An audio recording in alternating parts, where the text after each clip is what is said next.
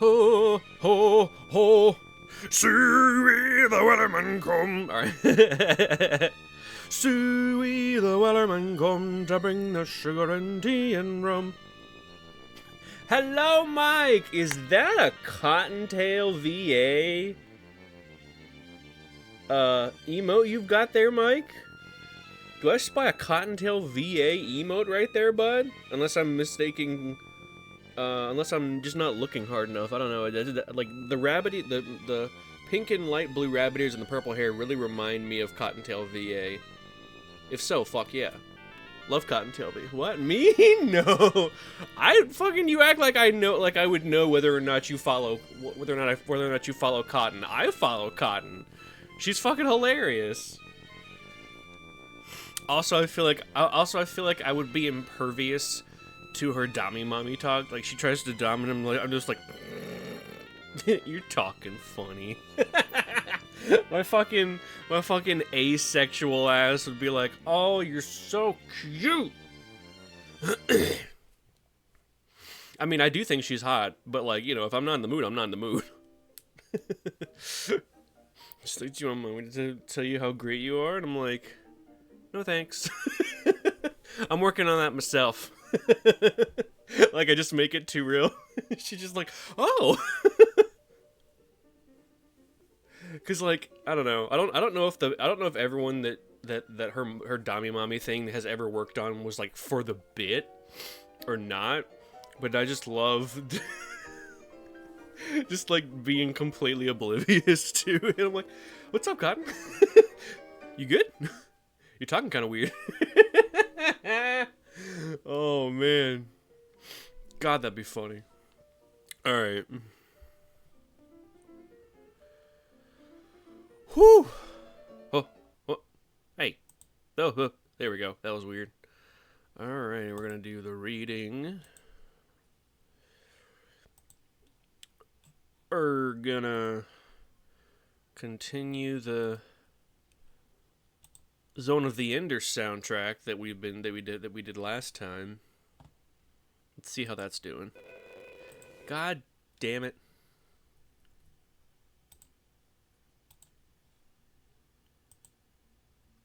There we go. All right. All right, I need to check and see where we left off because I don't remember. Definitely in mid-chapter. I'm hoping with another long stream like this week we'll be able to finish this book. I love this book, but God, it's taken so long and I want to read other books. Let's see.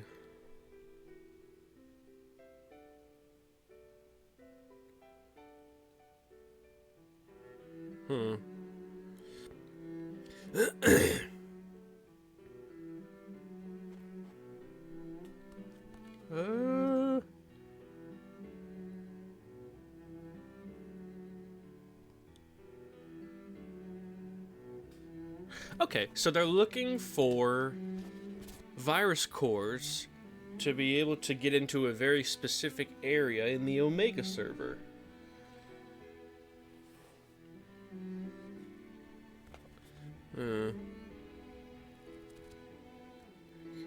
Oh no, wait. No, they got the virus cores.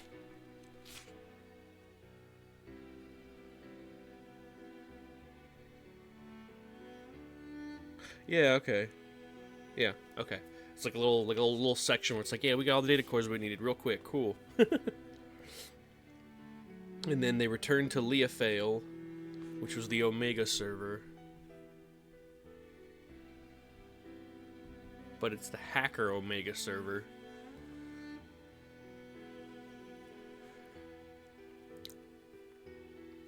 Come on. I know you can open. I believe in you. You've done it before. Many a time. There you go. I love the violin. That's beautiful. And the piano. Speaking of piano, though, the soundtrack for I Am Setsuna is gorgeous. It is like 99% piano music, and I'm here for it. Why am I... Excuse me. Full screen. and fuller screen. Okay. As soon as we returned to Leafale, Mistral chirped. Now we can go there! Yay! But maybe we should log off first? She bounced around Kite and me.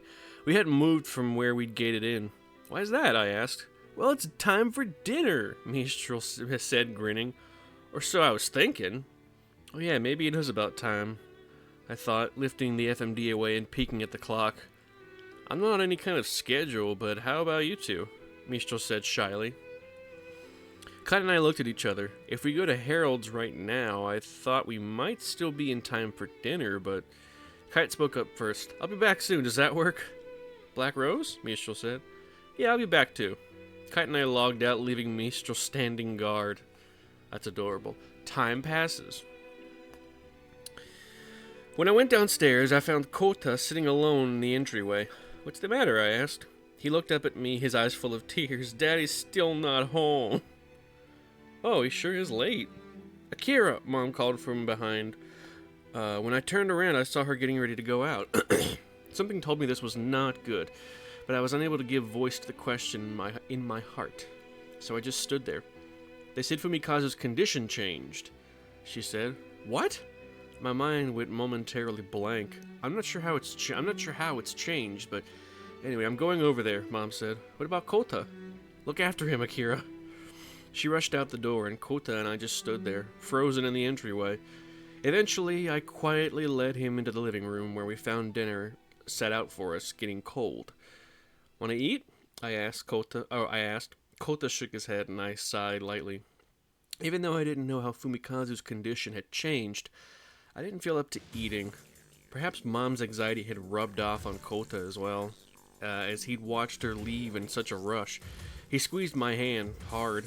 Surprised at his strength, I peered at his face. It's all right, I'm sure. I consoled him. He said, but his grip stayed tight. If you don't eat something, Fumikazu will get worried, I said. Kota looked up slowly, a look of horror dawning. Don't want that, he cried. Then let's eat, I said, leading him by the hand to the table. As I warmed some of the creamed stew on the portable burner. They got fucking portable burners? What? Like, whenever I think of a portable burner, I think of the fucking little hot plates that you use in like a bio lab or a chemistry lab to like heat up water really quickly. But I'm sure that's not the case. Where are we? Kota asked, "What about Mommy and Daddy's?" I smiled at his concern for others, even in a situation like this, and I said, There's enough, don't worry. Okay, he said, but his voice lacked its usual cheerfulness. It was somehow disheartening for just the two of us to be in that big living room. Want to come to my room? I suggested. It seemed somewhat preferable to eating there without the rest of the family. Not waiting for an answer, I opened the rice cooker and started making rice balls. Fuck yeah. We won't get in trouble? Kota asked, worried. It's fine, I said. Hana too? Kota loved the prairie dog who lived in Fumikazu's room. Since her master was gone, Kota often would go watch her in her cage for hours on end. I'll bring her. Okay, Kota said. I ruffled his hair. I put the warmed stew, several rice balls, and some bread for Hana on a tray, and we took it up to my room. Putting it on a low table, I retrieved from my closet. I got Hana from Fumikazu's room, and we sat around the table to eat. As Kota passed chunks of bread to Hana, who he cradled in his left arm, that's adorable, he seemed to calm down.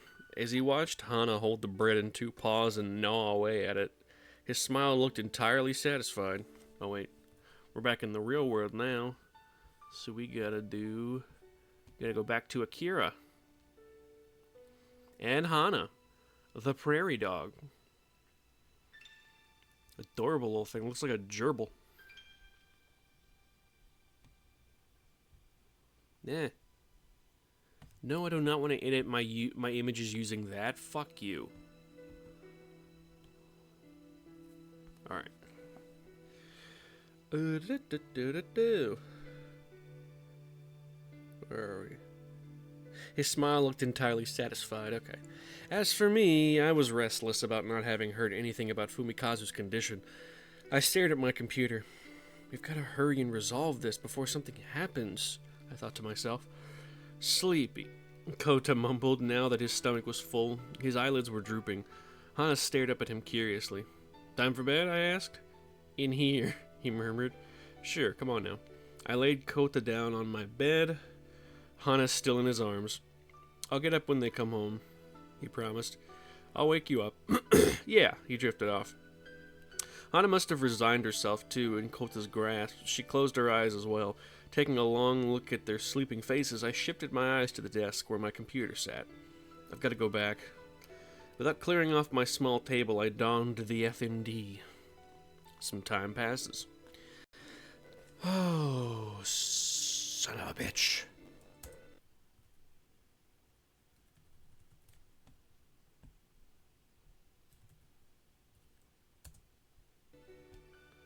Okay. I'm back, I said to Mistral. Oh, no, wait. I'm back, I said to Mistral, standing there beside the Chaos Gate. There was no reaction. Maybe she's AFK. A reply eventually came after a short delay. Welcome back. Sorry to make you wait, I said. Kite's still gone? Looks like it. Oh. Well, you're certainly in a rush, Mistral said, peering at my face. Did something happen? Aw, cute little sketch of the baby brother and the prairie dog laying in the bed. Adorable. Why do you ask? You came back really quickly. Have a fight with your family or something? I told her about how Fumikazu's condition had changed.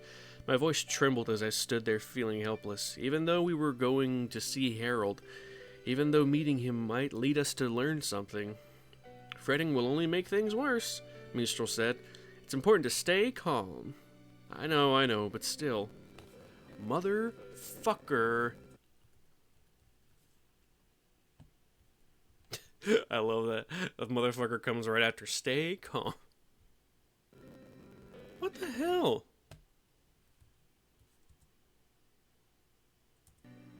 There we go. Bitch. Alright.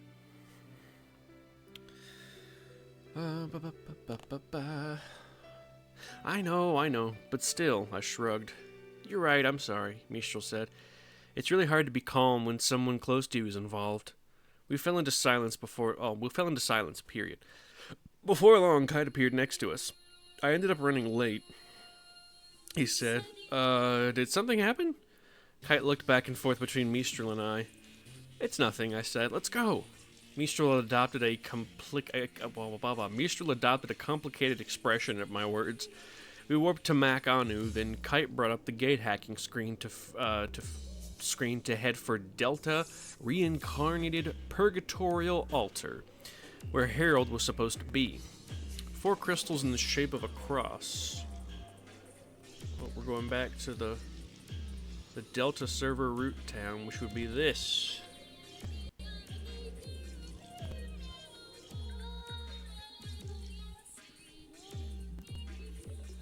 Right there, baby. Alright.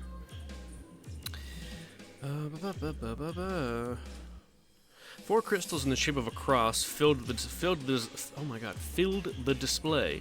One by one, the 4 virus cores we had picked up earlier in the filled in the gaps. The chime of a success. Why am I having such a hard time today? The chime of a successful gate hack sounded, and the transfer began. As soon as we appeared in the area, we ran for the dungeon entrance. Using an item to let us know the locations of all the magic portals, we advanced through the field while avoiding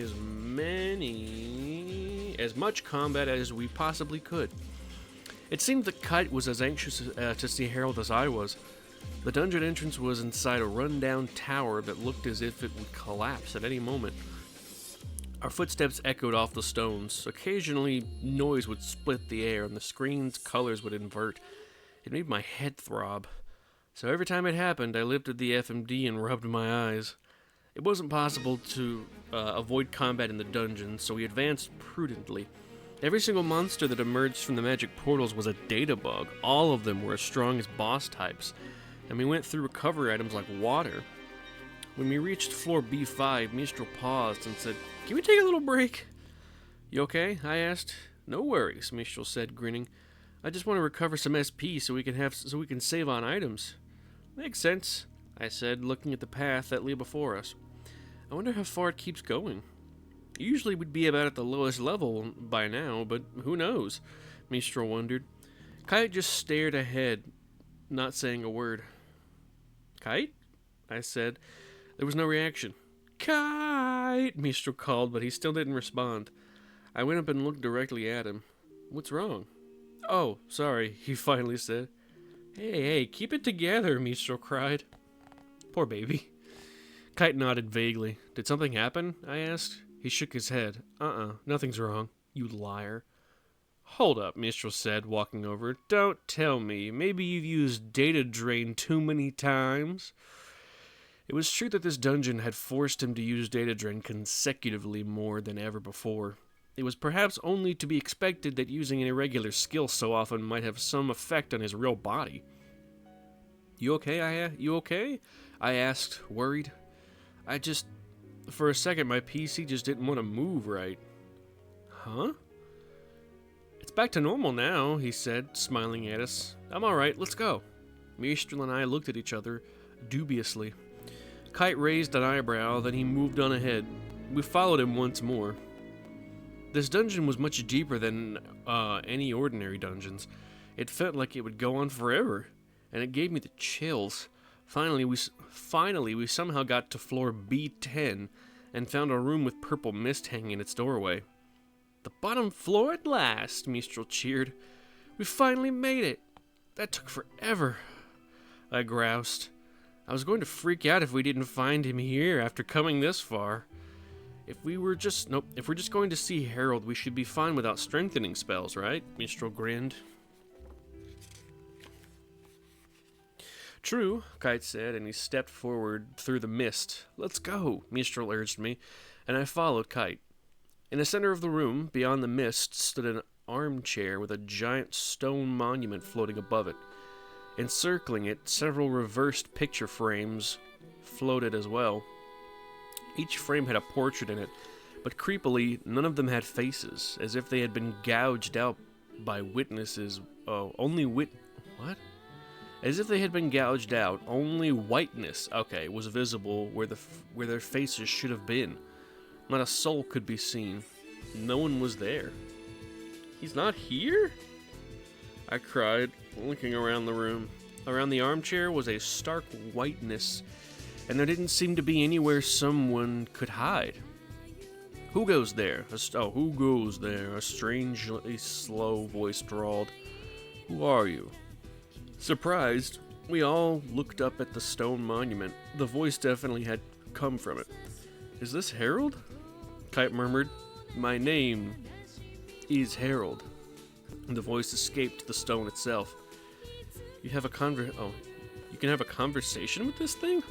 The previous times we'd met Harold, it had seemed like it was only a recording, but if we could ask him what his intentions were, it gave me hope that we might be able to take things a step further.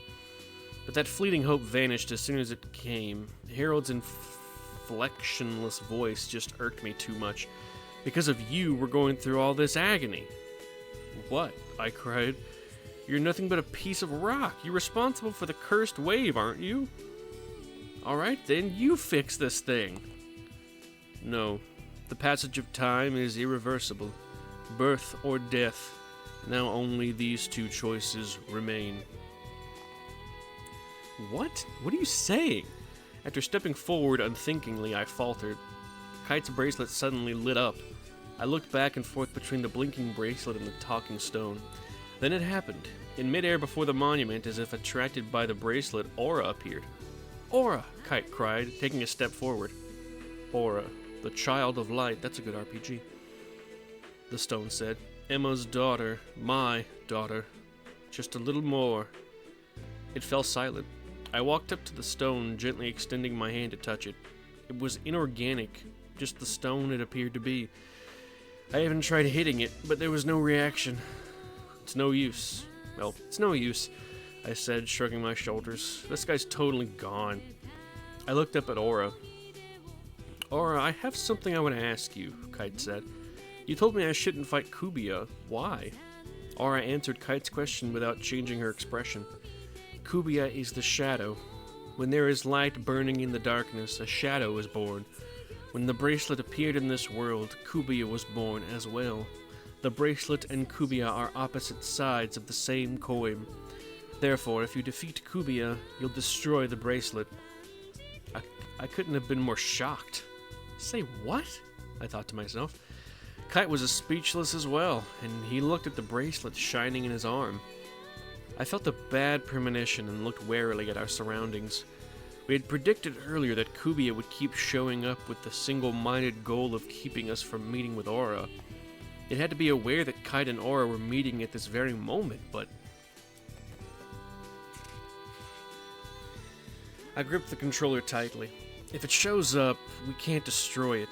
If the bracelet ceased to be, we would no longer be able to defeat the last of the 8 phases, Corbenic. As we stood there, dumbstruck, Aura murmured above our heads, Kubiya will no longer run away because I have finally been released. Released? What do you mean? But my voice was suddenly cut off by a transmission from Leos. Massive data believed to be the wave is heading in your direction. Leos's voice said, That's the last one. Destroy it. Alright, I thought. If we beat Corbenic before Kubiya appears and we have to fight it, then there's no problem if the bracelet disappears.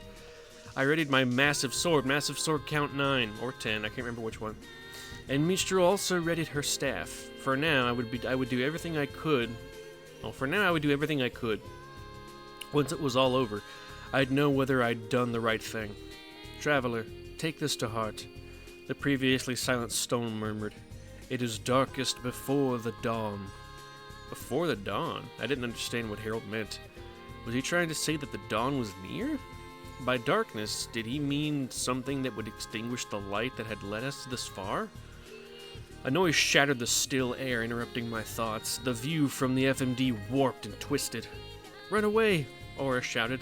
It is not too late. Run. Why? We'll defeat it and end this, Kite shouted, readying his twin blades and scowling at the quivering air above us. No, Aura shouted. That's not it. It's not... Before she could finish, she vanished as if swallowed up by the stark white backdrop. My hands trembled as they held the controller. Please don't let Kubiya appear, I implored, staring at the warping sky. But it was not to be. A familiar roar resounded in our ears. It was so loud my hands clenched to... Wait, what? My hands flinched to strip off the FMD. Okay. Ah! Mistral cried, and I looked back at the display to see the stone monument crumbling to pieces as the roar continued. Oh no, Kite! I called to the figure standing next to me. But Kite had his eyes fixed on the fluctuation in the sky. He slowly muttered, Kubiya. Where are we? In that instant, the screen went completely white. I could see nothing at all. I didn't even know if the companions I depended on so much were still at my side. I was scared. But gradually, the display regained a tinge of color. Where am I thought to myself. When I looked around, I found myself in the same room as before, but the armchair and pictures had vanished. Only the floor at our feet remained. Everything else was gone. Kite? I asked. Mistral? We're all good, a voice chirped behind me, and I turned around, relieved to see that they were okay. But then I noticed Kite wasn't moving. His eyes just stared straight ahead. What's... I started to say, and then I clamped my mouth shut. The floor was collapsing. Chunks fell away into nothingness.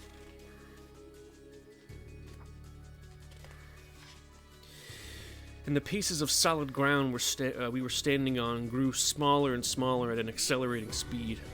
We're gonna fall, I thought to myself. I couldn't bear to watch, so I closed my eyes. Still tightly gripping her sword, my Black Rose character fell along with the collapsing floor. There was no sound.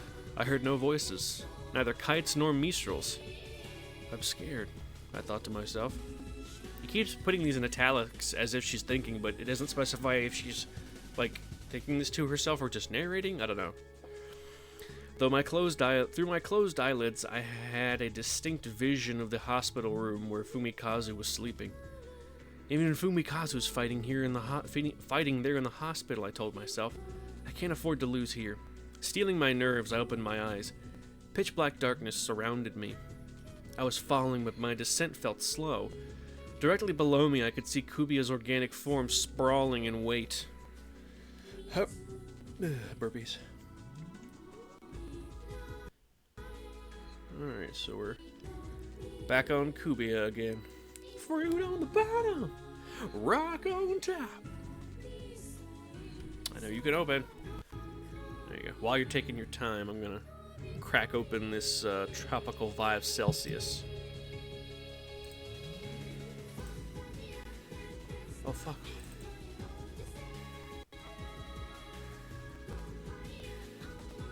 There we go.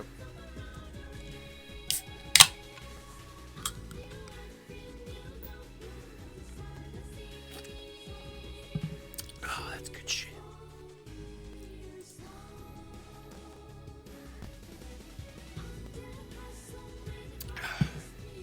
Ooh, great stuff. Okay, we're only half an hour in. Good to know. Where are we? What am I doing? Where are we? Oh, Kubia's organic form sprawling in weight. Looking around, I saw Kite next to me, falling as I was. I nodded firmly towards him. It's alright.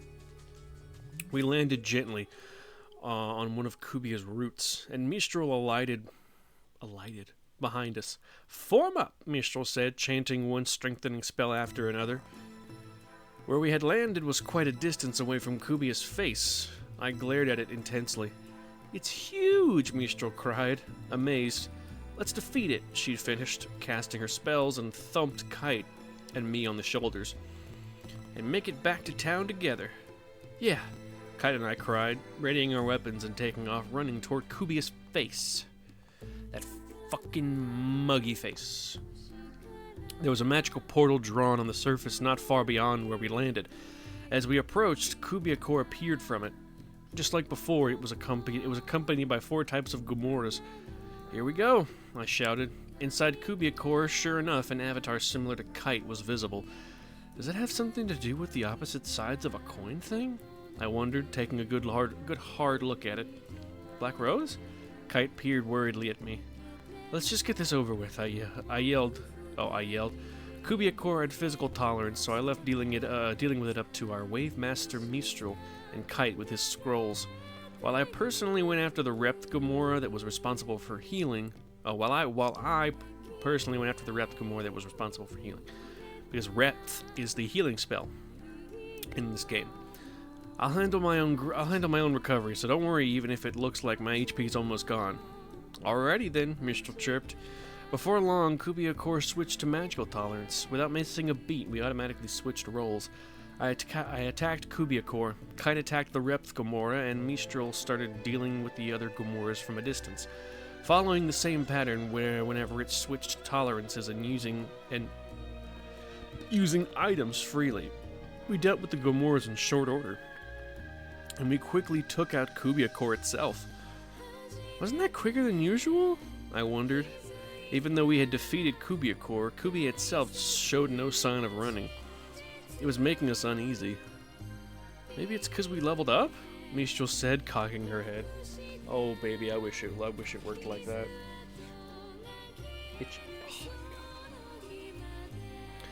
It's not running, Kite said worriedly. If you defeat Kubia, the bracelet will be destroyed.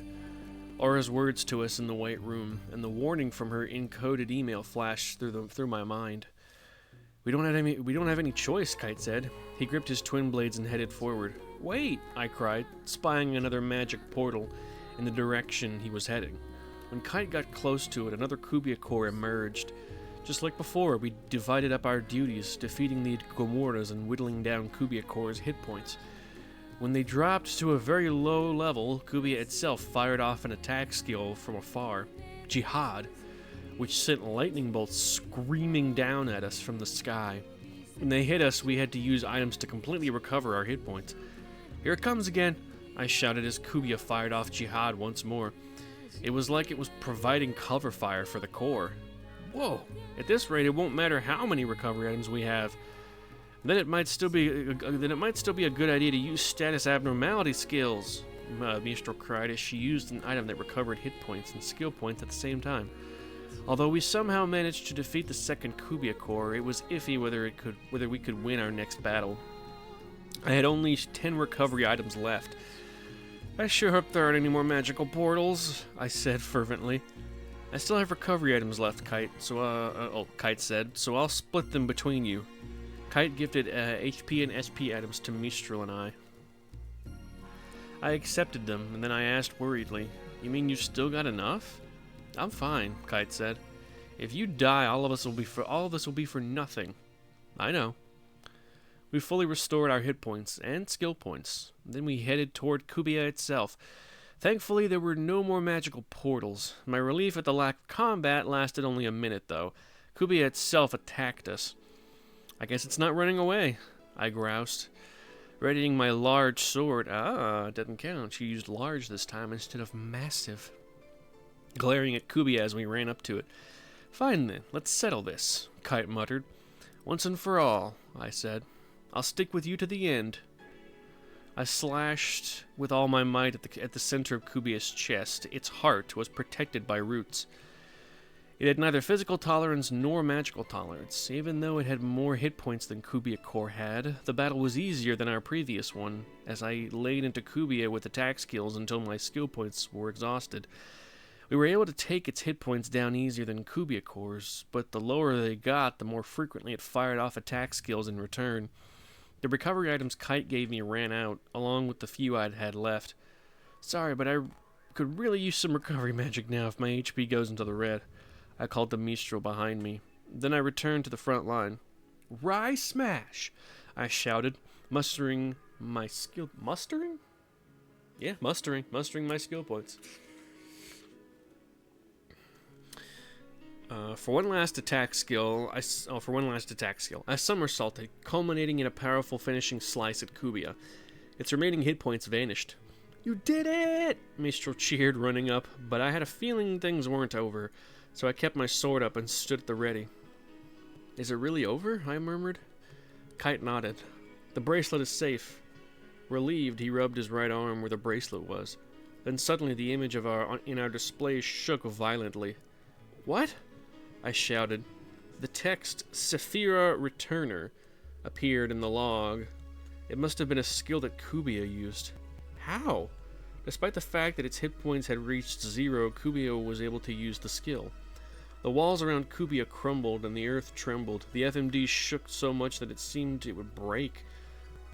"Look at that!" Mistral cried, pointing to Kubia's corpse. I targeted it and saw that its hit points meter was recovering in leaps and bounds. "Huh?"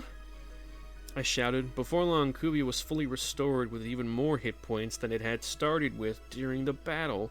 We just barely made it through. "What's going on?" "Maybe that was a skill it can use to recover even if it's defeated," Mistral said mournfully. "Yeah, but my items," I said. They were gone completely, and so were Mistral's and Kite's. We no longer could recover hit points or skill points. My voice shaking, I said, "Do you think we've got any chance?" A lovely half-page sketch of them at the root of Kubia Core. Kite looked up at Kubia and he suddenly shouted, "Black Rose, strike my bracelet!" He turned the shining bracelet toward me. "You want me to do what?" I cried in shock. "Hey, what the hell are you saying?" I had heard him perfectly clearly, but that wasn't something I could do, could I? There had to be some way to defeat Kubia, but racking my brain produced no suggestions.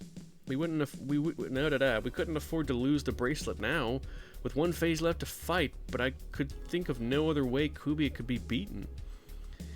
If they're two sides of the same coin, then this could settle it," Kite said. "But the bracelet," I shouted. "Forget about the bracelet," Kite cried. "We're in danger." That's true, but as I stood there unresponsive, Kite raised one of his twin blades over his head and aimed it at the shining bracelet. If you can't do it, he threatened. I stopped Kite half out of despair. Oh, all right, fine, I'll do it, so shut up. He smiled at me, but I knew it was forced. Even Kite scared. I slowly raised my sword. Be sure of it, Kite said, holding the bracelet up before him. I squeezed the hilt of my sword tightly, and then I called out, "Here I come," for some reason. I eventually homed in on my target of Kite's bracelet. Is this really a good idea? I wondered, having second thoughts. There might still be a way to win without destroying the bracelet. We might be jumping the gun, and even if we do destroy the bracelet, Kubiya might not be defeated. Without the bracelet, how could we get any closer to our goal? Shifting my view from my target, I looked again at Kite's face. He had been watching me the entire time. You're sure? As if hearing my thought, Kite nodded. We had gotten only so far by doing what we could do according to the circumstances. We had done everything with the belief that we were right. Some things had troubled us along the way, but our path had led us here regardless. I closed my eyes. I have faith in you. Taking a deep breath, I opened my eyes again. I brandished my massive sword, count 10! Or 11.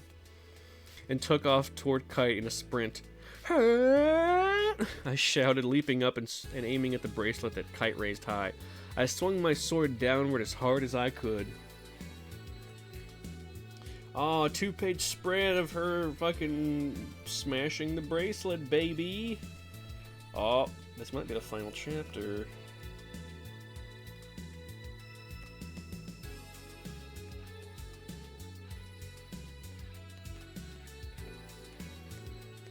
Sure is. It's the final chapter, aside from the epilogue. And I feel like I can do it. We're not even an hour in yet. Fuck it, we ball. Let's do this. There was the sound of something shattering, so loudly that I could feel it in my bones. I was blown back, its sword and all. Somehow I reoriented my stance in midair and landed in a ready position. We were still right in front of Kubiya, which could attack at any moment. Did that do it? My voice resounded throughout the irregular area. The bracelet and Kubiya were opposite sides of the same coin, Aura had said.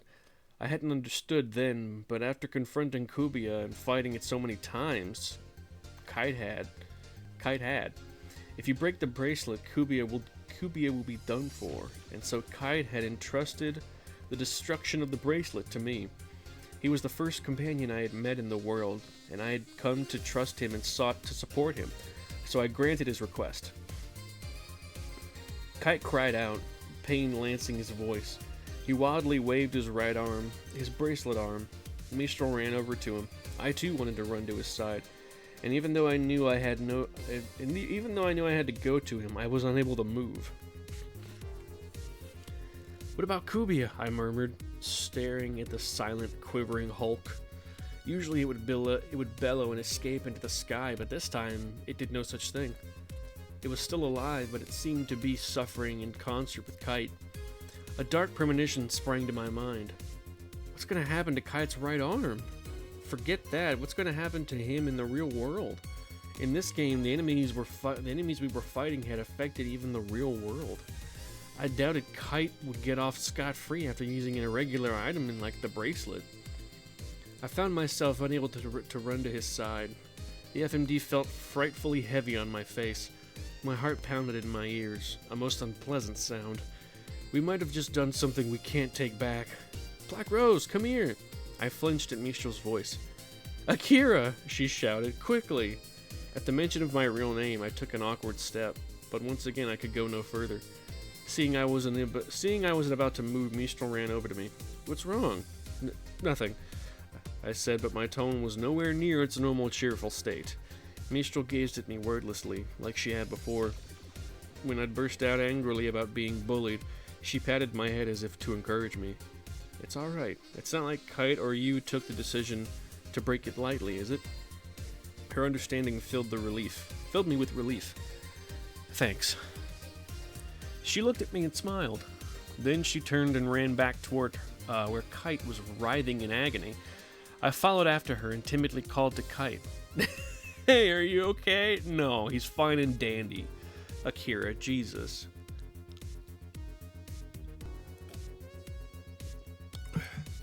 Visibly in pain, he held out his right hand to stop us from approaching. Then he shouted. At that moment, the bracelet started to transform, emitting an odd sound. It blossomed the way it did when data drain got used, and as if the power to data drain were still there, sparks scattered and the bracelet began to flash. The rim, which had opened in the form of petals, slowly began to revolve. Mistral drew back. "What's going on?" she asked in a shaky voice. I shook my head. I had never seen the bracelet transform into such an ominous shape. Kite screamed even louder, and the bracelet began crumbling and falling away. Like data scattering. At the same time, progressions of symbols ran throughout Kubia's body. It shouted along with Kite as it started dissolving upwards from its roots. At an accelerating rate, the bracelet and Kubia were both transforming into strings of symbols and unraveling, vanishing into thin air. Kubia's entire body was covered with sparks, and there was a violent tremor in the ground beneath it. The brightness increased until we were engulfed in a stark white light, and I closed my eyes to shield them. When I slowly opened them again, I stood in an eerily unfamiliar dark landscape. Its sky was concealed by thick clouds.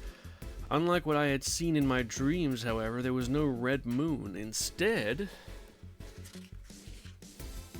a dark red sky appeared and disappeared through openings in the clouds. In that gloomy wasteland, Kite, Mistral, and I stood, overcome with amazement. "We've lost our trump card," I murmured. Kite turned slowly toward me and said, "But the enemy's lost Kubia. And we have Aura. I'm sure there's another way to defeat the wave." "You're sure?" I said. But as if to interrupt me, Helba suddenly warped in right in front of us. "We're assembling the operation participants," she said. "We'll continue our discussion in the Omega Silver root town. See you there." I stared at her, and she shifted her gaze in my direction. I was so scared that she was mad at me. My heart was pounding. "It's nothing to worry about. You should be proud." After Helba sent me the flash mail, she gated out and disappeared. "Shall we go back?" Kite said slowly. "Yeah, let's," I said, feigning calm. "Looks like everyone's waiting." Some time passes. "Ha! Somehow we made it back," I said, my voice deliberately cheerful. Once we got back into town, and still no one spoke up. There was no one around the Chaos Gate in Leafale. No operation participants, nor other player characters. "Where is everyone?" Mistral wondered. "Oh, maybe they're over there." When I followed her line of sight, I saw everyone involved in the operation approaching. Everyone except Elk. Why is that not playing?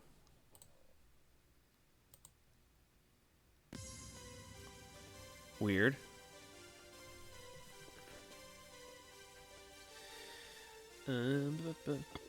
Wiseman noted our presence, then he surveyed the scene. "Well then, let's begin." "Easy for you to say," I grimaced. The bracelet, pivotal to our operation, was gone. Standing next to me, Kite relayed the truth of our situation. In the fight with Kubia just now, the bracelet was lost. "Impossible!" Leos erupted in a loud, angry voice. "The bracelet is our only means of opposing the wave!" Even though what he said was obvious, I flinched. What do we do? As everyone talked noisily, I averted my eyes. "All powers become a drop, and the world is in twilight. Just like the epitaph," Wiseman muttered. It was a stanza of the epitaph that I hadn't heard before. Perhaps the word twilight, then, when things were nearing their end, meant that the world was going to be destroyed, even though we had tried so hard up to this point. Maybe it was all in vain. Some RPGs did have bad endings, but this was an unconventional game. They didn't even affect real-life players. Wink, wink, nudge, nudge, gamer participation.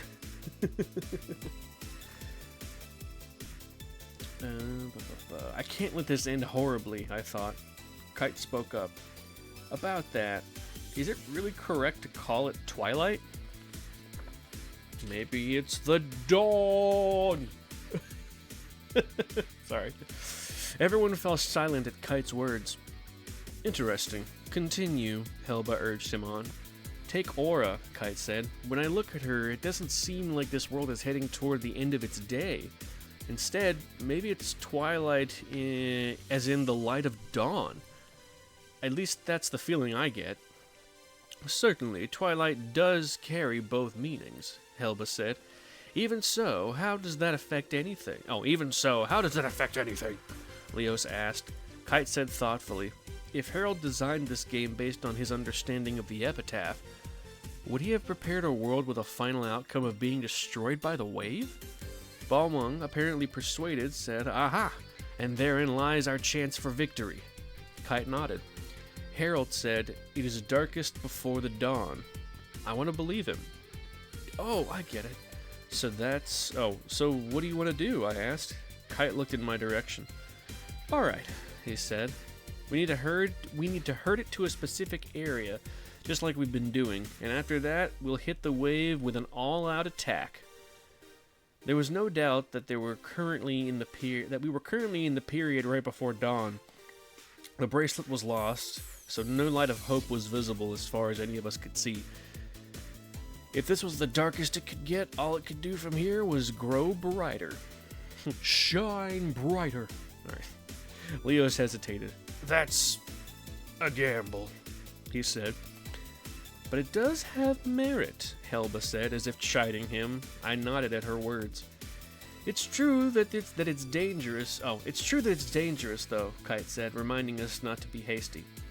But if we don't undo the situation, Fumikazu won't come back, I thought, gripping the controller tightly. Arms crossed, Leo stood there pondering. We watched as he scrutinized Kite's and Helba's words. Very well, he said at last. But this is not a compulsion or an order. Anyone who doesn't want to participate, gate out before I count down from 3. He slowly began to count down. 3, 2, 1. Not a single person moved. Helba smiled at everyone there. That decides it, she said. I have one suggestion, Balmung said as he stepped forward. Why don't we first test that method on a data bug? It made sense. If we couldn't win against a data bug, we probably couldn't go toe-to-toe against a phase. Unfortunately, we don't have that kind of time, Helba said. Looking at the sky, it seems that this time... It seems that this time, we're the ones who've been cornered. Cornered? Data increase. Here comes the wave! Before the words finished leaving our mouth, a violent tremor shook Leofael. Take me with you, Balmung shouted, not quite drowned out by crackling noise. Oh yeah, Kubi is dead.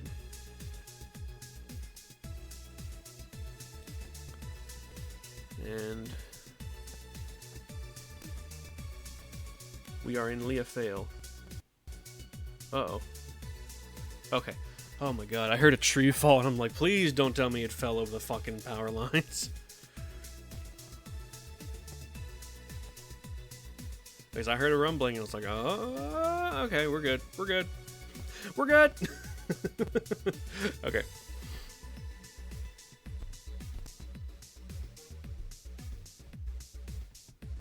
There we go. Put my other earphone in. There's nothing in it, but it's nice to plug my ears during a thunderstorm. Anyway. Oh yeah. Kite looked at Mistral and I. I nodded, indicating my intent. I'll stick with you until the end. Mistral froze for a second. Her name vanished. Oh, Mistral froze for a second. Her name vanished from the status bar. I'll support you from behind, she cheered. That's what he said. One-page sketch of all the crew still there. It's so cute. Yeah. They banded together. Alright. Balmung shouted at her. If you think you're in even a little danger, take off your FMD and force a shutdown, alright? Mistral nodded reluctantly. Sorry for being selfish there, Balmung said over the party channel. She can make decisions for her own self, but she's pregnant. She's not the only one in danger. I didn't realize that Balmung knew that. That's true, I said. Visual noise ran across the display. I narrowed my eyes against the flickering and readied my massive sword. Massive sword, count 11! Where are we?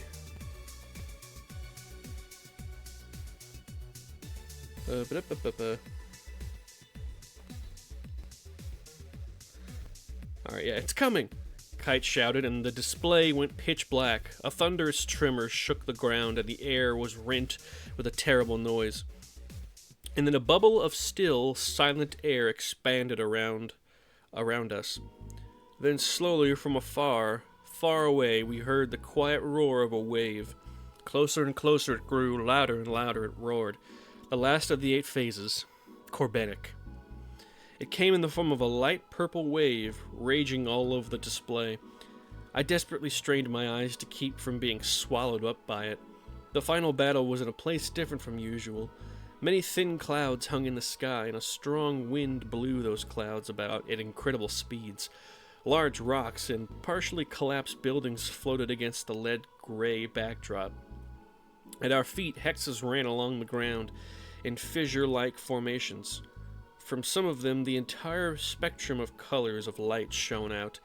It was a creepy place, and perhaps because of those lights, it seemed somewhat unreal. Balmung looked upward. "So this is the last one," he said. Descending from the sky was a large shape, something between a cocoon and a gourd.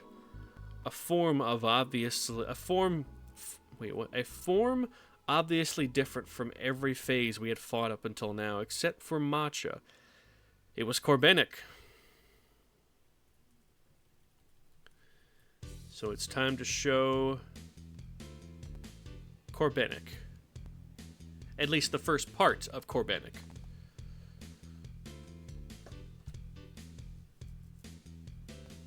Come on, open up. Open up! This isn't a fit night out for man or beast.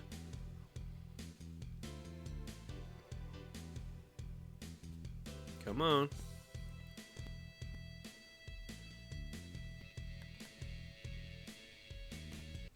There we go. Yeah, there he is. I don't know, but this is Corbenic, the Rebirth. Where are we?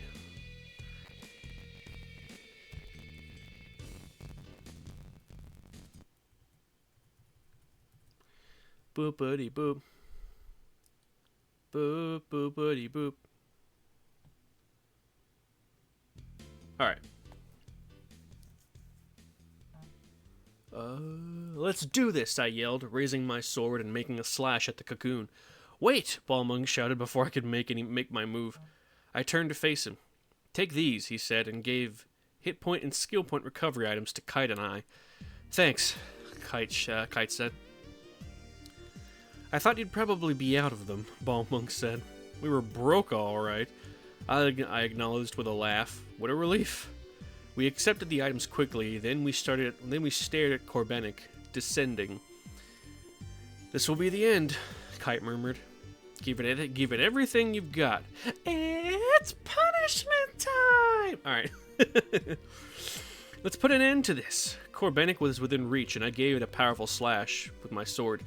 Perhaps it had low defensive power. Its hit points decreased unexpectedly. It also had attack power far inferior to the phases that had come before it. This is weird, I thought. Kite and Balmung also stared at it suspiciously. Our enemy was seeming to go down entirely too easy. And then, without warning, Corbenic changed its form. The cocoon twisted eerily, wriggling as if something was inside it. We backed off to attack from a distance and watched it. Corbenic's apex split, and red hex-like things flew out as if from an eruption. They fell around us as we circled Corbenic, but we couldn't target them, which had to mean they weren't monsters. Keeping an eye on the mysterious things, we renewed our attack on Corbenic. Oops. Which is what that looks like.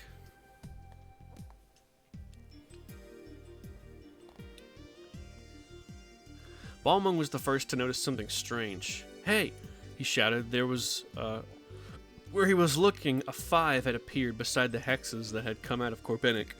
We looked at it, worried, and it changed to a 4.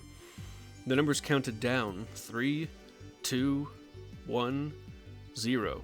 And at that moment, the hexes exploded. We were all near at least one hex, and about half our hit points vanished. Olareth, Balmung instantly chanted, casting a recovery spell on his companions within range, both Kite and I. Thanks, I said.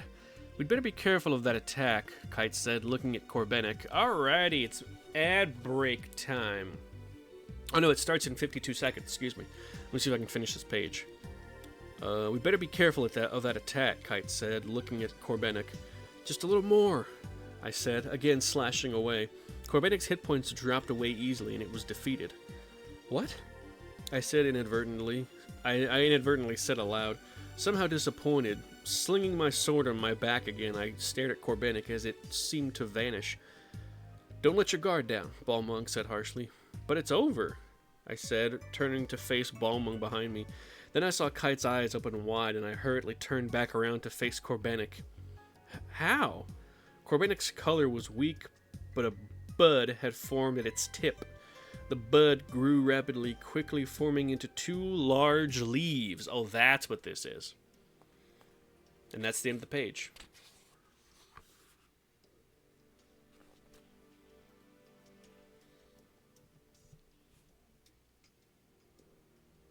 Alrighty. Good evening, VOD watchers. I think we're gonna get done with this book just in time. Just in time, unless the fucking unless the power suddenly fucking goes out, in which case I'm just gonna be in the dark with my fucking laptop's battery only and just reading for my goddamn life. We're like, we got this, people, we got this. And just finish the book on recording only. Oh man, that'd be crazy. It's so crazy. Sorry, that was dumb. Oh yeah. I'm gonna wait until this Friday to see if I can't buy some of the cards for my mono white deck at the local card shop. Usually they have it for either cheaper or just about as cheap as online, and it's just so much more convenient to buy from a local place. It's very convenient, but most places are either make you look for it in the boxes, or they get it for you. You just tell them what you want, they get it for you, which is the case for one shop that we trade off going to between one in one town and one in the other town.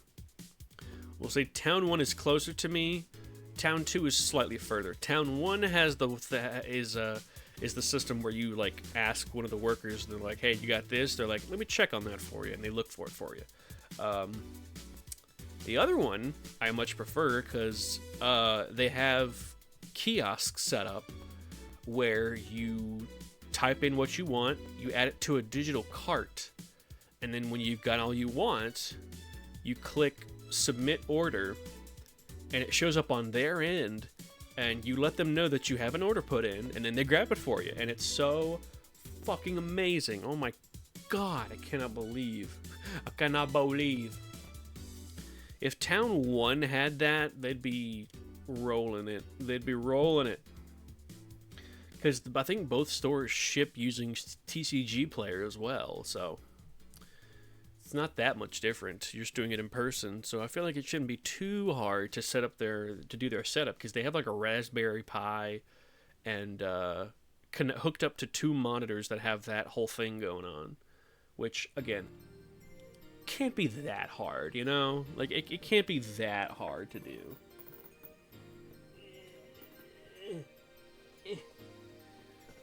My bookmark fell on the floor. I'm going to put it in there real quick. Oh, itchy. Oh, damn it. Okay.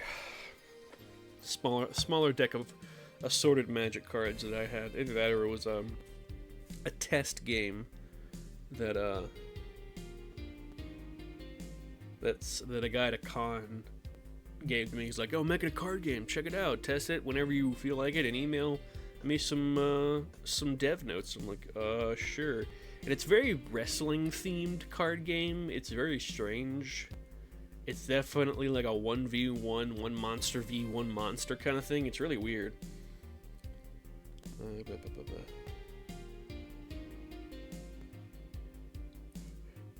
Ugh. Excuse me. Yeah, there we go. Huh. I'm looking through some cards I'm planning on sending to a friend. Just checking to see if there's any of them that I need for a deck real quick, and I'll replace it with a different one. Shout out to Lady. Pitiless Carnage. I'm actually gonna check on the value of Pitiless Carnage real quick and see if it's gone up at all. It's been a little while.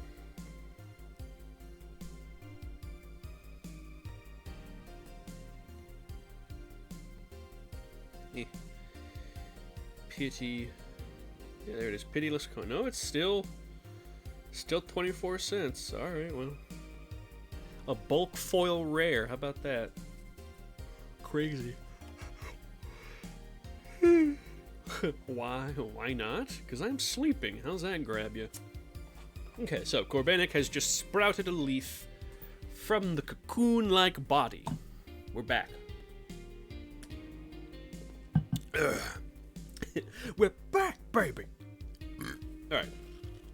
We are so close to done. It ain't even funny. Alright, so. The leaves rolled around to engulf the cocoon, overlapped and merged into one larger leaf that appeared before us. When I targeted it, its name appeared, Corbinic.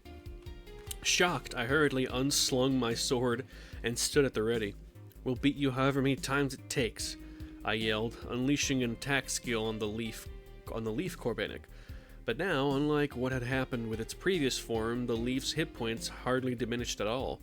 The words cruel exploitation appeared in the log, and at that moment a root darted from the bottom of the leaf and delved into the ground. Where is it?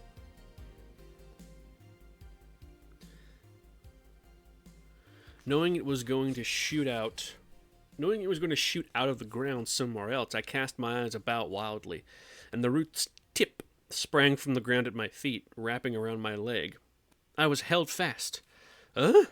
I shouted, and the root pulsed, absorbing some of my hit points.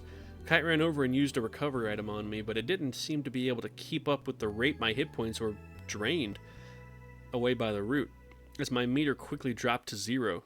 Hey! Balmung shouted, and Corbinic fled, taking its root with it. Balmung used a resurrect item and brought me back to life. As we used items and magic to recover my hit points and skill points, Corbinic put some distance between us. Thanks, I breathed. That sure was nasty, Balmung muttered, staring at where Corbinic had retreated. Yeah, I said. Looks like recovery won't stop that attack. It's regaining hit points, too, Balmung said. We've got to do something before it really starts putting pressure on us. I'll say, I agreed. Let's go, Kite declared, and we ran after Corbinic. The fight resumed, and its normal non-root attack nearly wiped us out several times. We dealt with that via self-recovery. Whenever Corbinic lost a significant amount of hit points, it would use cruel exploitation to steal some back, but it never got back all it had lost, so its hit point total gradually diminished. How many dozens of minutes we fought, I had no idea. When only a small amount of Corbinic's hit points remained, it flew high up into the sky. "Ah, no fair!" I called, but until it came down, all we could do was use our time to recover. So we took what advantage we could. What's that? Kite said, and I looked up to see specks of shining green light gathering around the hovering monster. The lights completely covered it, forming a thin membrane, and Corbinic slowly descended again. When I targeted it, I could see the word Supreme Defense next to its name. What? I wondered, and when I made a test slash at it, it did no damage at all. Even an attack skill was unable to drop its HP a single point. It's impossible, Balmung muttered, sighing as he watched me slash away. This was the first time I'd heard Balmung complain, and I looked at him. Someone who was a celebrity in this world. A player. Character, famous enough to have 2 names, was starting to give up. It shocked me. I had thought he would never, ever give up, no matter what. Kite and Balmung both lowered their weapons. I bit my lip. I don't want it to end in a place like this. No! If we give up, we'll lose, I shouted, and I brought my sword to bear alone. My voice had a tremble in it, though. Kite looked at me, but I didn't turn towards him. I didn't want him to guess that I was bluffing. My persistence, at least, shocked him into motion. Give Orca back, he shouted as he took a running step forward toward Korbenik. At that moment, a voice said from behind us, Everyone is here. We are all fighting. Everyone? When I turned around, there was Aura, floating in the air, both hands clasped tightly at her chest, like she was praying. And many pale lights were floating around her. One speck of light came down and alighted next to Kite. Kite tilted his head, and suddenly, a Blade Master I never saw in person before appeared. He had a large, powerful physique, and green and white war paint covered his upper body. On his lower half, he wore only light equipment. It was Orca. I hadn't met him, but he had been in the vision of the past that Mia had shown me. He was the player character who had sacrificed himself to protect Kite. Kite opened his eyes wide, looking at Orca. I was sure I shared his expression of surprise. Orca was supposed to be comatose. How could someone in a coma be logged into the game? Into the world? It didn't seem possible. Is this Aura's power? I can't just let you guys handle it all by yourselves, Orca shouted, brandishing his sword. Fuck yeah, dude! Does he plan on fighting on our side? Sis! A familiar voice called from behind me, and I turned around, almost dropping my sword in surprise. Standing there was Kazu, my little brother, clad in a pure white robe. Black Rose is you, right, sis? He said, looking straight at me. Oh, baby! Fumikazu. Kazu smiled. See, I knew it. Didn't I say you'd make a good heavy blade? That smile seemed to say. A triumphant smile it was impossible to hate. Hell yeah, brother. You're alright, I said, taking a step toward him. But then Kazu turned into a pale light that floated up toward Aura again. Fumikazu! I cried. Don't go away again. I stared at the light my brother had become, and I swore not to lose sight of him. I will not lose him again. We were in the midst of battle, but I forgot it all and looked up at the lights as they flew around Aura in a flurry. Kite and Balmung gazed up at them as well. Orca apparently had turned back into one of them. Aura nodded slightly, as if at her command all the lights shot towards Korbenik and dashed themselves into it. To my horror, the lights burst open and disappeared, leaving behind only some marks on Korbenik's thin membrane. Something snapped inside me. My mind went completely blank. Without any conscious thought, my hands found themselves bringing up my massive sword count 12, and slashing at Korbenik. Balmung leapt up behind me, and we directly faced each other. As he flew by, I mowed away at Korbenik's lower half with all my might, as Balmung simultaneously hacked at the upper half. And it had an effect. Cracks formed in the thin membrane that shielded the face. Damn you! Kite shouted from behind us, running up with his twin blades raised. He leapt up, thrust their points deep into Korbenik's side, and then he brought them down as gravity dragged him to the ground. Adding a pair of long gashes to the slashes Balmung and I had cut into the side among the pock marks, never heard of that one, left by the lights. Visual noise raced across the screen with a horrible rending noise. The shield shivered into fragments. We did it! Holding my sword aloft, I did a little victory dance. My victory dance! Now we just have to beat the monster itself. I psyched myself up and stared at Korbenik. But again, it denied us the opportunity to fight, as it gave off a flash and rose swiftly into the dark sky. The displayed colors inverted. The earth rumbled, and a visual distortion stung the eyes. But I doubted this was the end. My field of view suddenly was bathed in a dark white light. From within the light, something emerged. As the light lessened, I could see character strings lining up in the air around Korbenik, and the leaf above us started to divide. Countless crimson flower petals rained from the sky, blocking my view. I waved my sword around as if to ward them off. What? I cried, and when the petals cleared, an array of floating eyes appeared before us. They were light purple eyes with yellow irises. I targeted them, and the name Corbenic was displayed yet again. We have to defeat this thing again? Balmung clicked his tongue. How many times must we defeat it? I scowled at him. As many times as it takes, I slashed at Corbenic. Black Rose, Kite shouted from behind me, and I stopped instantly. From the yellow irises, seed-like spheres called Seekers were emerging. These things first, Kite directed.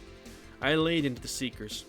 After we defeated the Seekers, we attacked the main body, which sent out more Seekers. Yeah, there it is.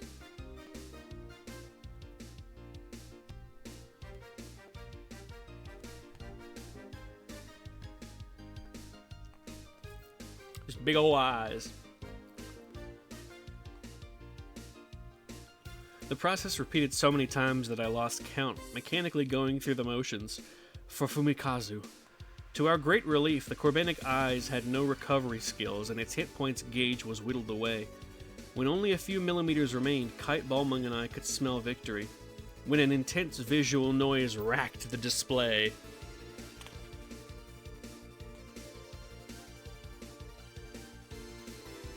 Hell yeah. 2-page spread of the fight going on, baby. Is it going to be reborn again? The server, Helba's voice cried. It's crashing. Can't sustain it. We're almost there, Helba. We're almost there, Helba, I cried. The noise intensified. The image shook violently, and I found myself unable to keep my eyes open any longer. And just when we've almost got it beat, suddenly there was the sound of something bursting, and the noise and tremors ceased. When I opened my eyes, all was calm, as if nothing had happened. Balmung looked around and asked Helba, It recovered? Who knows, her voice replied, but one thing's for certain, my server's dead. It doesn't matter, Kite said. Now's the time to end this. He slashed at Corbenic, combining consecutive attack skills, and we all joined in. As we fought, we eventually ran out of SP recovery items. Next to our SP items were blah blah blah blah blah blah blah blah blah blah blah blah blah. Fucking Jesus.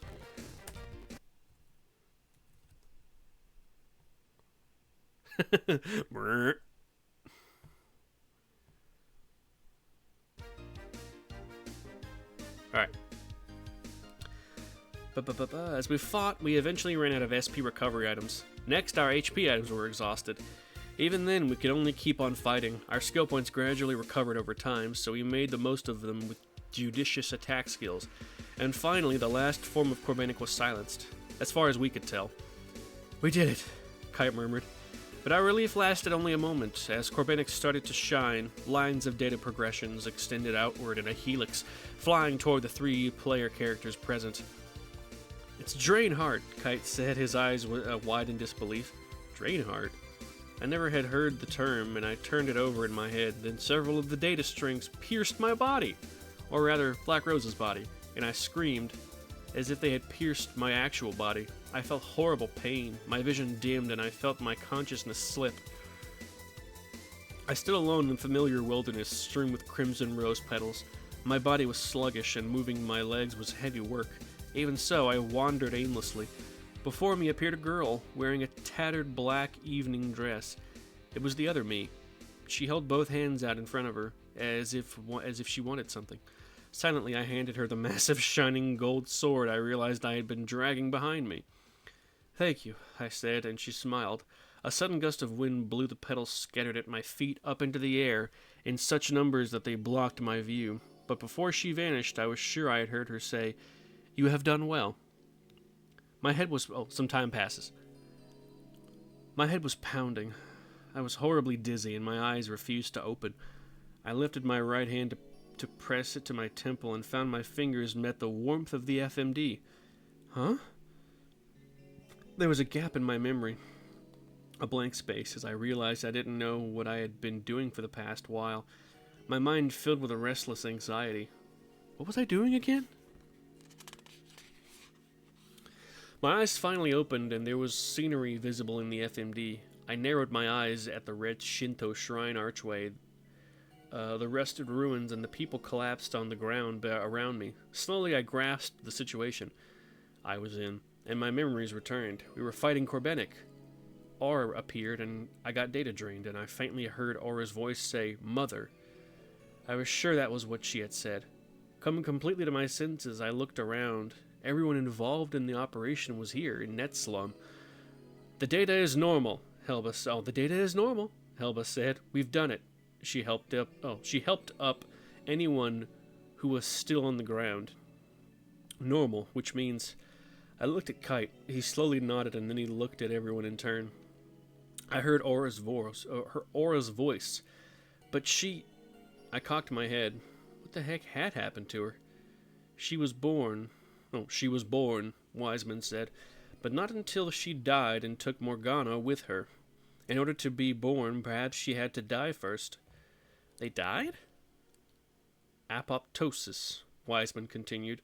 One manner of finding life in death. Because everyone wished it on her behalf, Aura was reborn? I slowly put my thoughts into words. What changes the world is the desire of everyone's hearts. If not for all of us working together, surely things wouldn't have turned out this way. Does this mean it's ended? Oh, does this mean it's ended? Leos asked with a sigh. If she was reborn, it hasn't ended. No, Kite said. And smiled. It's begun. Is it over? No, it began. If you don't get the context, it's very confusing. In Netslum, the day dawned. The gloomy clouds were pushed away by the brightening sky. We all acknowledged one another respectfully, and the operation came to an end. Reluctant to leave, I drew close to Kite's side. Oh, and a strange silence ensued. Everything I had been through up to this point twisted in my head like a kaleidoscope.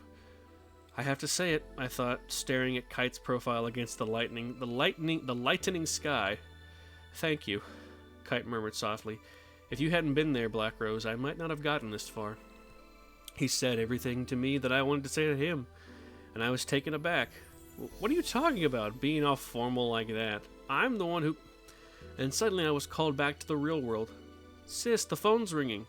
Kolta's sleepy voice had said from beside me. I slipped the FMD goggles up and saw him standing there holding my cell phone. Its display said that Dad was calling. Sorry, phone. I said to Kite, stripping off the FMD in a flash and eagerly snatching the phone from Kota. Hello? Oh, you're still awake, Dad's voice said. Yeah, what about Fumikazu? I saw him in the game, but... She thought to herself. Swallowing the words I wanted to say but could not, I waited for Dad to continue. Can you come here right away? I said. I'll call a taxi for you. You mean... My voice was trembling. Yo, we're not even an hour and a half in. Fuck yeah. Oh my god, why is there so much more? Shit's about to go down. Okay, there's like 3 pages left, thank god. Aw. Nice little picture of Akira at the end. Anyway. Kota hugged Hana to his chest and peered at my face. Sis? He grabbed my knee with his free hand. What about, what? Oh, what? Kota's awake too? Dad said, yeah, Fumikazu's regained consciousness, Dad said. Tears filled my eyes. When I had seen Fumikazu turn into a ball of light and smash himself against Korbenik, I had thought it was too late to save him. Even when the data had returned to normal, I had no confidence that he would recover. Damn it, I'm getting burpy. But he had. Could you bring Kota with you? Dad was saying. He probably wants to see Fumikazu. Sure. I croaked, the tears flowing freely now, stifling the tremble in my voice. I asked Dad, how's he doing? The first thing he said, my dad answered, was, where's Akira? Oh, babies! Amid my shock, the tears fell endlessly. I'll be right there, I promised, and I hung up. Leaving Hana there in the room, I took Kota with me to the hospital. Time passes. Oh, we don't need Korbenik up here anymore.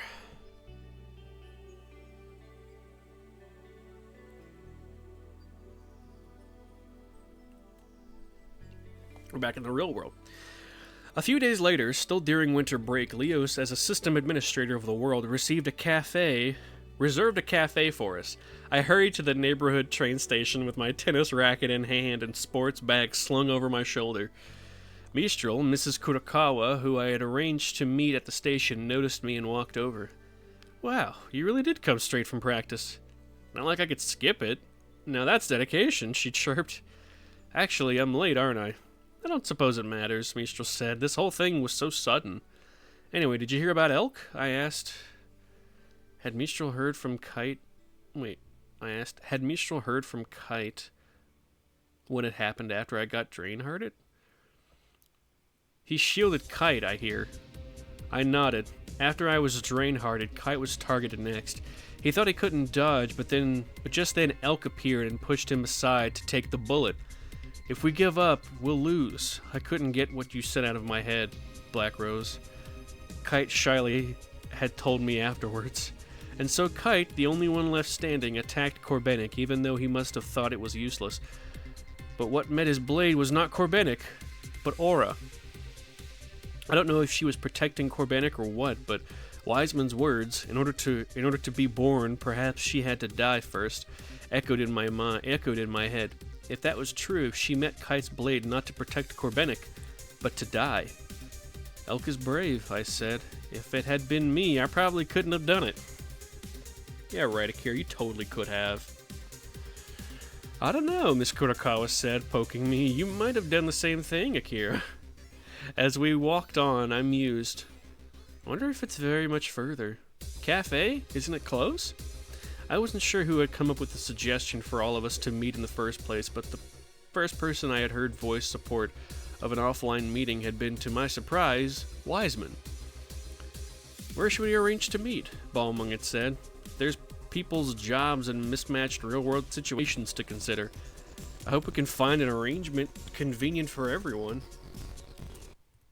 You ain't gonna fuck me up on this last little bit, goddamn you!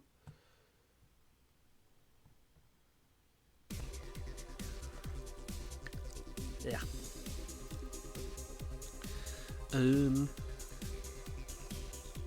Why don't we leave it all to Leos at CC Corp, Wiseman had suggested. Me? Leos had said, bewildered.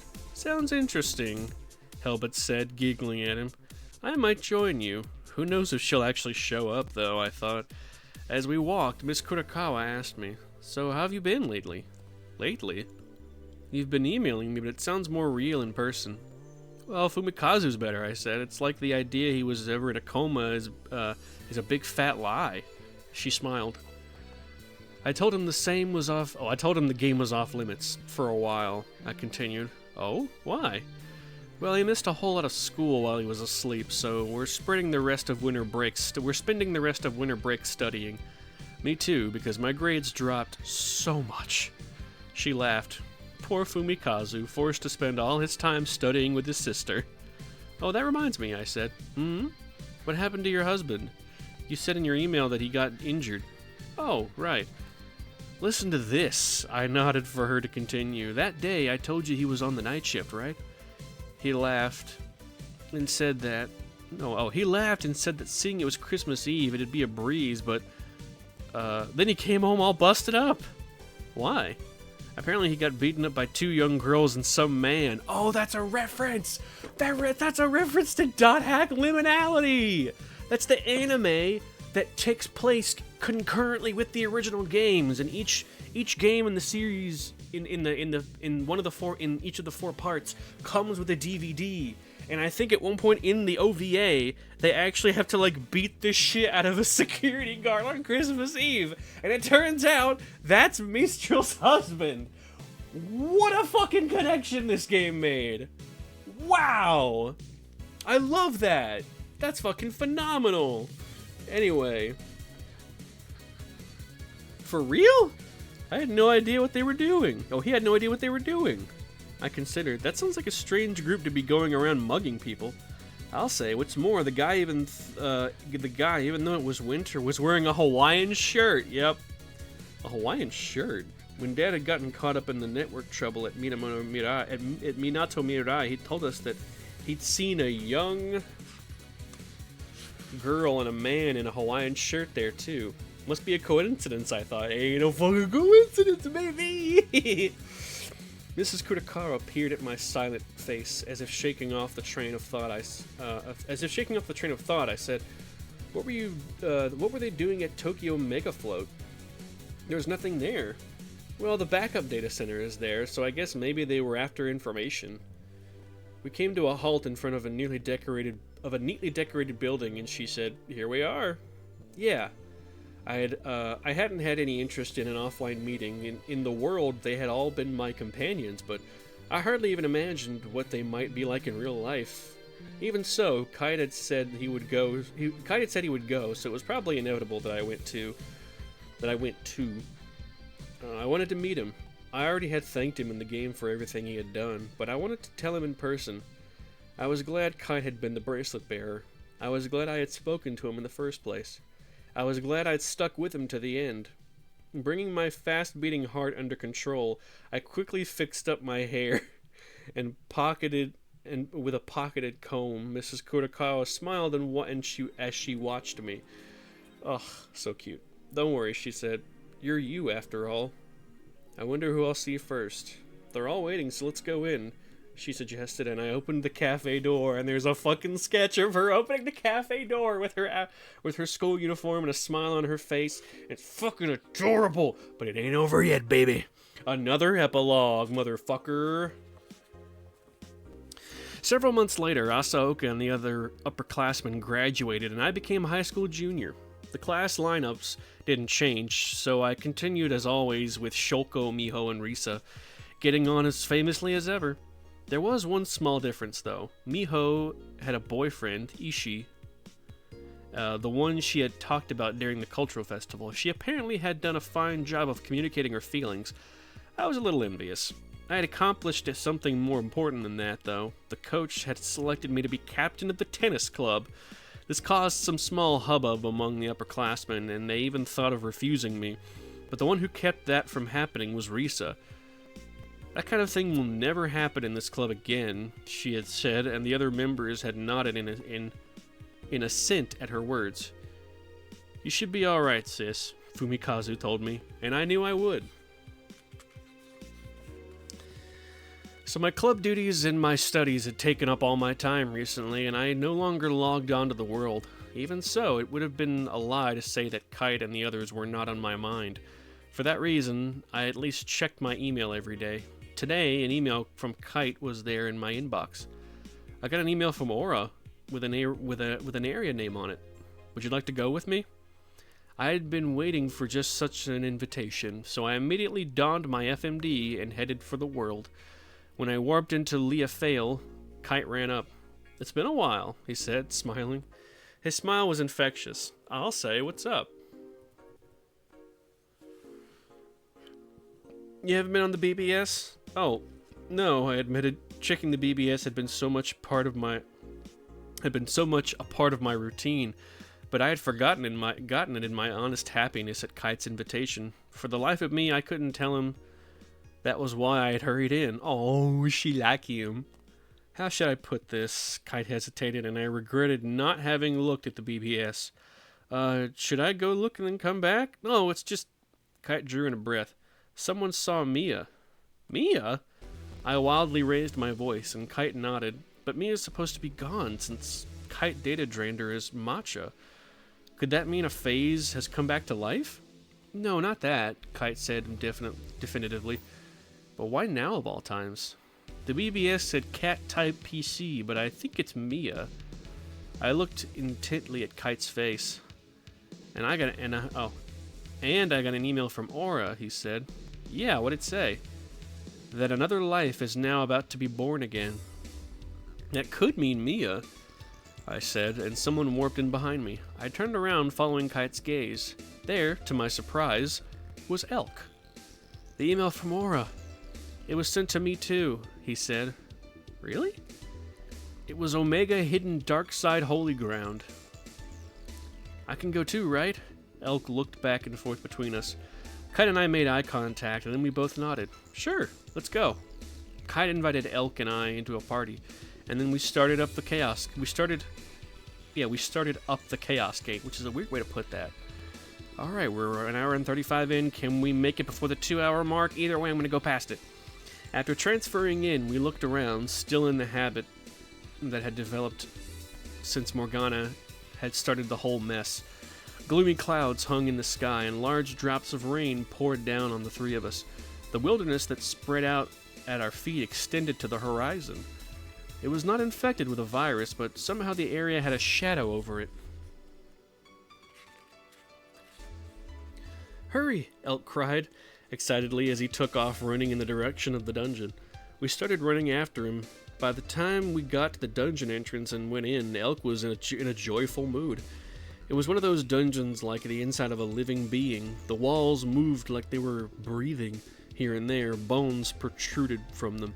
When Elk took his first step inside, a figure appeared in the air above us, facing away. He unsteadily approached it and slowly began. "Are you..." The small figure turned to face us. It had red eyes and ears stuck out from under a pointed hat. Animal whiskers grew around its mouth. It bowed toward us, and then it disappeared as if absorbed into the dungeon wall. "A cat?" "No, wait, don't go!" Elk shouted. "That's actually the earlier form of Mia. It was the original form of Matcha that had appeared in Dot Hack signs, and then later at some point got turned into Mia." "It's Mia! Did you see that? That was Mia!" He sounded desperate for agreement. Mia had deep blue fur. It wasn't blue, it's purple, and looked like a well-designed NPC. The cat we'd seen just now looked nothing like her. I glanced toward Kite. "Let's keep going," he urged us, and we hefted our weapons and continued forward. The first magical portal we came across in the dungeon opened, and we automatically stepped back. What emerged from the portal was nothing we'd thought we'd ever see again. A monster clad in green hexes. How? Faster than I thought, I shouted to Kite and Elk, "We've got to run!" But Kite shook his head. "It's alright." "What the hell? Any way you look at it, that's a data bug," I cried defiantly, but Kite just shifted his right arm.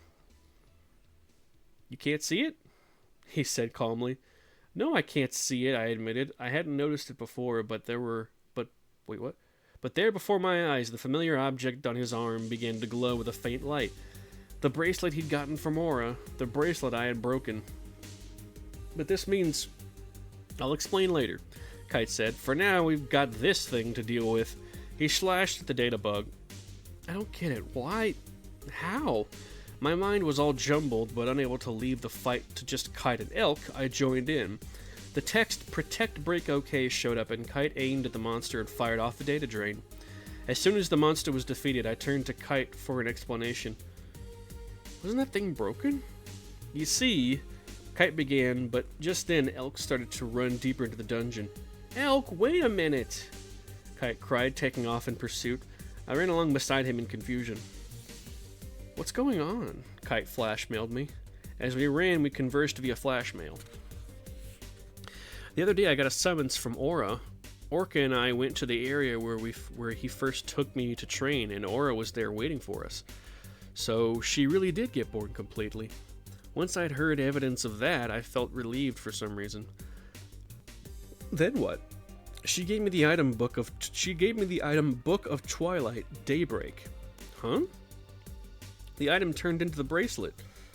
In spite of myself, I froze in place. "Now just a minute," I cried. "Weren't the bracelet and Kubia two sides of the same coin? Does this mean it came back to life too?" Kite stopped as well. "Say something. Even with the 8 phases gone, if Kubia, whose growth was linked to the bracelet, were here, then it felt like everything we had worked so hard for would come crashing down." As I stood there in my tracks, Kite shook his head. "I don't think so." "You don't think so? Isn't that a bit irresponsible?" "The bracelet, the first one, got made when Aura was incomplete. I think that's why Kubia was born. So this time it should be okay," Kite said, and smiled. "I won't use it the wrong way either. That's not what Aura wants." "I can understand that, but I'm sure." "Oh, I'm sure," he started to say, then he stared in the direction Elk had gone. "Data bug!" he cried. Elk came into view, fighting alone. I hefted my massive sword count 12, and slashed at the data bug. "You're sure? Oh, you're sure what?" We'd fought data bugs so many times that it was easy to continue our conversation while we fought. "I think Aura knew that Mia was going to be reborn," Kite said, slashing away. "She entrusted the bracelet to me for that time." "You mean now?" Yeah, I think that otherwise she wouldn't have handed it over. She wanted to prove that it's something that can have a purpose other than only a grand struggle. Well, that could be. Okay, I said. I'll stick with you until we see Mia. Thanks. We crushed the data bug. When Elk looked like he was about to take off again, I told him, "Elk, you don't have to be in such a hurry. Mia's not going to run off." "But," he protested, "just like you waited, I'm sure Mia's waiting for you," I said. "So it's okay not to be in such a rush." Somehow I managed to convince him. "Yeah, you're right," he said. Elk, Kite, and I continued onward,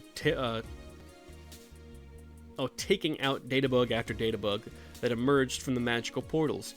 When we reached floor B5, the cat had appeared at the dungeon entrance once again. Wait, what? Oh, the cat that had appeared at the dungeon entrance once again came into view. It did not resemble me at all. I had no idea if it was an ally or an enemy, even.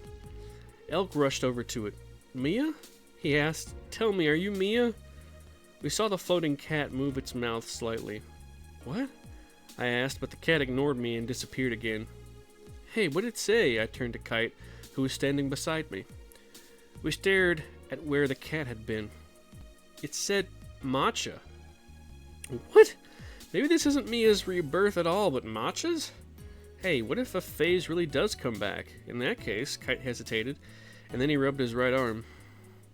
"Come on, let's hurry. Go!" Elk urged, and we advanced onward, anxiety enveloping us. Every single portal released a data bug that Kite had to data drain before we could defeat it. Before long, it was clear that his movements were getting slower, apparently from data drain overuse. Even though I was worried about Kite's condition, I couldn't get Elk to stop and wait as he led us forward in a dungeon that just kept going deeper and deeper. Adjusting my posture. Finally, on floor B15, which must have been the bottom floor, something like a bluish-purple iron dumbbell appeared, floating in midair. It seemed to be made of some watery substance. Oh, those things, yeah. We could see through it to the scenery beyond. There was some kind of ring buried in its center, and it didn't attack, just floated there. What's that? I slowly approached, keeping a close eye on it. I'd never seen or even heard of a creature like this. The only thing I could be sure of that it wasn't a player character. When I tried targeting it, the name that was revealed was Dawn Wanderer. This thing is in .hack sign. And it's what Sora uses to stay alive. For some reason, he has control over it. And he starts using it in shitty ways, and then Mimiru and the other guy, who are his friends, sort of talk him down. He's like, "It's okay, you don't have to do this."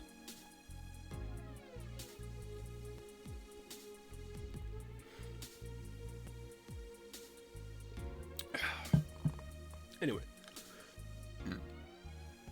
Dawn Wanderer. Is this something that shows up in the Epitaph of Twilight? "Here it comes," Kite shouted, and it suddenly launched an attack against us, leaving Elk standing behind us. Kite and I spared no skill points as we unleashed a series of attack skills. The Dawn Wanderer's attacks weren't very strong. Before long, we defeated it. "Wasn't that too easy?" I said, suspicion nagging at me. "What the heck was that anyway?" Kite asked. Busy with our conversation, we forgot to keep watching. "Look!"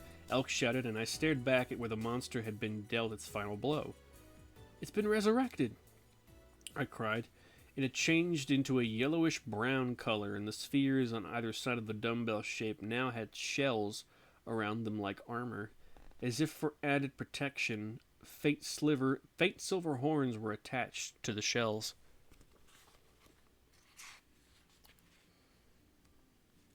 Okay, yeah, cool. You got it. Our fight against the 8th phase Corbanic flashed through my head. It had revived twice, changing shape each time. "We've got no choice," Kite said. I nodded in that moment. The cat had murmured matcha. The cat that had murmured matcha appeared over the newly transformed monster's head. The cat slowly descended and it fused with the monster. Where the ring had been before, there was now a squatting cat figure. Does this mean? I asked. It was an awfully familiar scenario. It reminded me of the kite form that was inside Kubia core. Just as Kubia and Kite's bracelet were two sides of the same coin, the cat that had murmured matcha and this dumbbell-shaped monster also must be related. But the thought crossed my mind that Elk was convinced that cat was Mia. The idea of fighting this monster right in front of him made me hesitate somewhat. Do we fight? I asked. Kite considered for a moment, then he muttered, Yeah. The name of the monster floating before us had changed to Temptress Lover. I stared at its fortified armor and thought, it's alright. It's alright. It was not clad in green hexes. Mia! Elk shouted, running up to the monster. Look out! I cried, automatically moving forward and shielding him from the monster's blow. Compared to the Dawn Wanderer, this new version's attack power was considerably higher. I withstood the blow and slashed away. Elk had lost the will to fight. I doubted he could depend on any support from. I doubted we could depend on any support from the rear. He must have been disturbed by the idea that Mia, what he thought was Mia, would be destroyed before his eyes again. I had recovery items, and Kite and I were confident we could win on our own. But was it right to defeat Matcha, which seemed to be Mia, in front of Elk again? Like Kite, all I did was regular attacks, even though I knew there was no point in dragging out the fight. It would have seemed just too cruel to use attack skills. Despite that, the monster's hit points steadily decreased. Then, from behind us, a voice suddenly chanted an attack spell. Fire Dawn! A flash of lightning struck the monster's head from above, and its HP gauge reached 0. What? I cried and turned to see Elk with his staff brandished over his head, standing there in blank amazement, apparently as surprised as I was that he had been the one to finish off the monster. Elk? He stood rooted to the spot, and I ran over to him. Are you okay? I didn't know what else to say, but as I approached, his eyes were focused not on me, but on something behind me. There was a question lurking in them. When I turned around, there was a familiar NPC descending slowly through the air.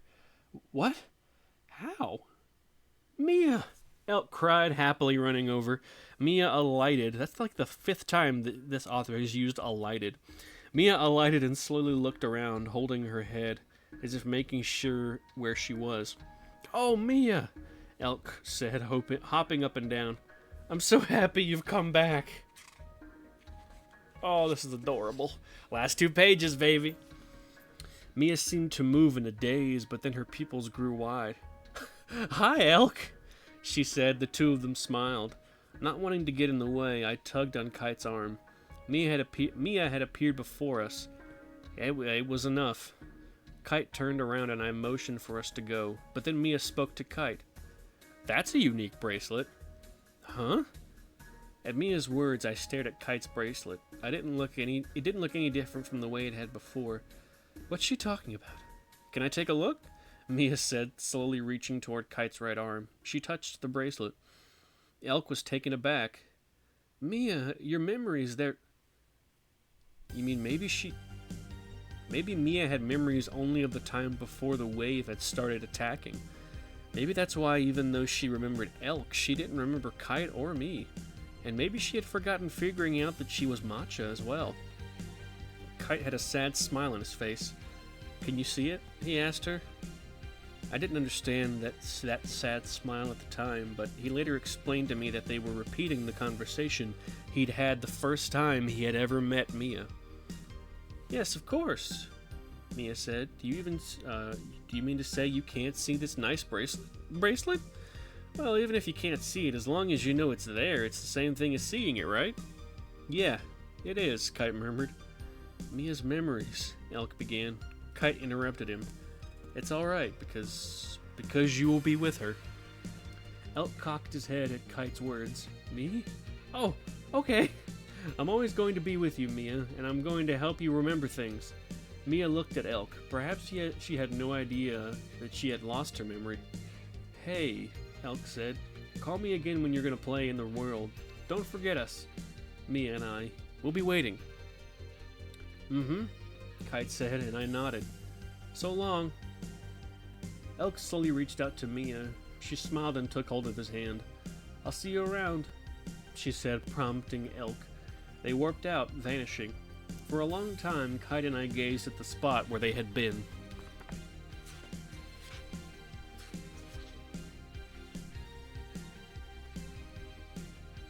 Let's see.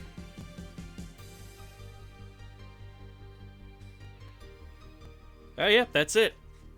Book is complete. Oh, with 9 minutes to spare, bro. It's like fucking Polar Express up in here. We made it with 9 minutes to spare. Fucking crying ass Tom Hanks. I don't know why that tickles me. Alright. Fuck. We did it, baby. Yeah. Oh, God, I'm so happy about that. Fuck. Alright. I love that book. Love that series. But goddamn, that was long. And I'm going to, oops, delete that. Ugh, burpees. Ugh. Ugh. Alright, anyway. Ugh, damn it.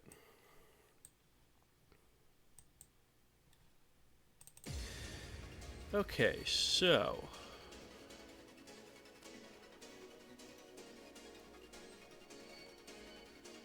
Huh. I wonder if I can...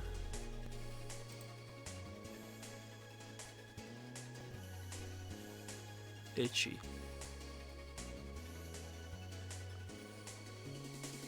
Media source.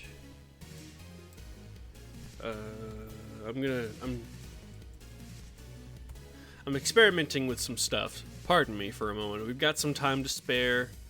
I'm gonna see what I can do. Just real quick. I hope y'all enjoyed that. That was phenomenal. Also, thank you for watching, VOD watchers. I will see y'all next week or in the next VOD. Bye-bye. Oh, damn it. Hold on. Bye-bye.